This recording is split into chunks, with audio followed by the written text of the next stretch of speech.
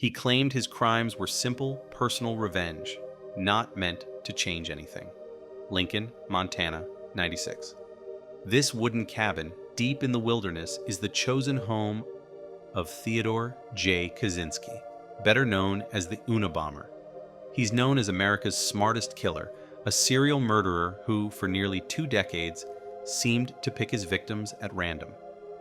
For 17 years, he played an elaborate game of cat and mouse with the FBI, becoming the centerpiece of the longest and most expensive manhunt in the history of American crime. He was the evil genius law enforcement just couldn't catch, a serial killer with an IQ higher than almost anyone else in the world. His homemade bombs haunted an entire nation. People grew terrified of opening their mail or setting foot on a plane. And it all began here, in this tiny, isolated shack. It's where he built his bombs, wrote his infamous Manifesto, and managed to disappear from the world's radar. Alone, with no electricity or running water, Kaczynski lived simply, with only a wood stove, a bed, and piles of books. He moved here back in 1969, leaving behind a promising academic career as a math professor at the prestigious Berkeley. He and his brother built the cabin together, back when their relationship was still intact. Here, Ted kept himself busy, tinkering, building ever more deadly bombs, perfecting his gruesome craft, and so another package lay ready to send. But, despite his sharp mind, Ted would make a series of fatal mistakes. Let's rewind.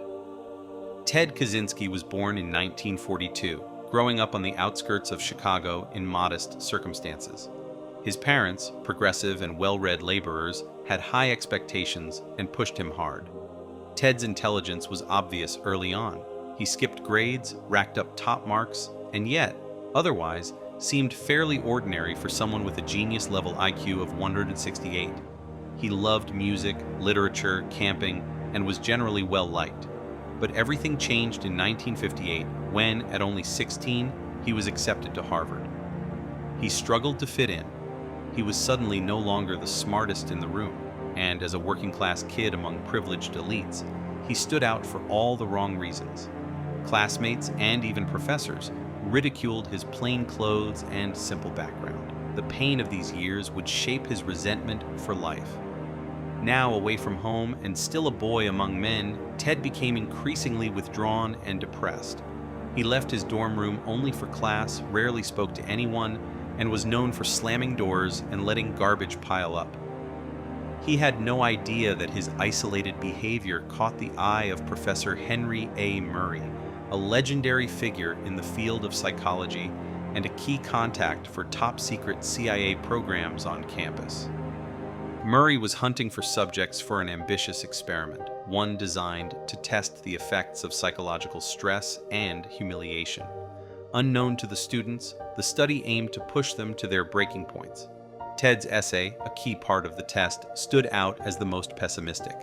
The youngest and poorest of the group, he was about to be subjected to years of aggressive, degrading questioning by trained manipulators, all filmed and replayed over and over. This grueling experience lasted 3 years. Years later, it was revealed these experiments were linked to the CIA's notorious MK-Ultra project, where thousands of American citizens were secretly subjected to psychological torture, drugs, and brainwashing methods, all in the name of national security. How much these experiments changed Ted, nobody can know for certain. Some believe it triggered aggression in him. Others think it pushed a vulnerable mind toward delusion. Ted himself insisted he didn't see himself as a victim. He wanted the world to judge his violent acts as political statements, not the actions of a madman. Harvard had been a crucible. Here, Ted's ideas took shape. He became obsessed with the belief that the technological world was enslaving humanity and destroying true freedom. He saw scientists, engineers, and entrepreneurs as the enemy, a class of technicians driving society towards psychological decay, environmental destruction, and loss of autonomy. He graduated and took a position as a mathematics professor at UC Berkeley, earning acclaim for his intellect. Yet suddenly, he quit, saying he could no longer teach students who would push society further into the industrial abyss. He retreated to his cabin in Montana, and there began building bombs. His attacks were designed to rattle the industrial world, encourage dissent, and spread fear. But as the bombs kept coming, the FBI struggled to make any headway. The Unabomber's packages were carefully built, always in wooden boxes, never leaving a trace. No hair, no fibers, nothing. Witnesses were non-existent. The victims, a seemingly random assortment.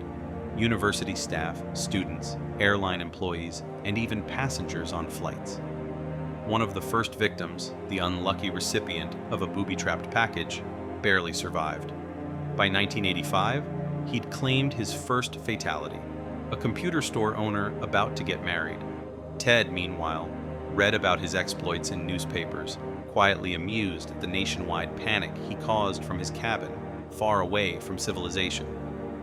Still, the FBI got closer in 1987, when a woman in Salt Lake City spotted a suspicious man in a gray hoodie, sunglasses, and fake mustache, a sighting that allowed police to release a composite sketch nationwide.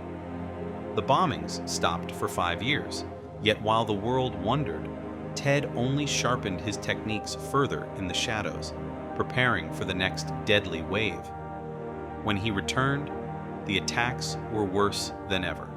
After another murder, the Unabomber wrote to the New York Times demanding his manifesto, a 56-page typewritten essay, be printed, promising he'd halt his attacks if the world finally heard him out. Under huge pressure and believing it might provoke a lead, the authorities relented, printing the manifesto, its opening declaration now infamous. The Industrial Revolution and its consequences have been a disaster for the human race. While most saw a rant against technology, those closest to Ted found his fingerprints all over the ideas. His younger brother David, once deeply connected to Ted, was pushed by his wife Linda to read the document. She'd long noticed the timing between Ted's travels and the bombings, and as soon as David read the opening lines, his heart dropped. All the philosophical quirks and particular turns of phrase, they matched Ted perfectly. Torn apart by guilt, David made the painful decision to alert the FBI. Equipped with this insider knowledge, agents finally located Ted's cabin. They found a stockpile of notebooks, all encrypted in a complex code, and one more bomb, packed and ready to ship. With overwhelming evidence, they arrested him and sealed the cabin.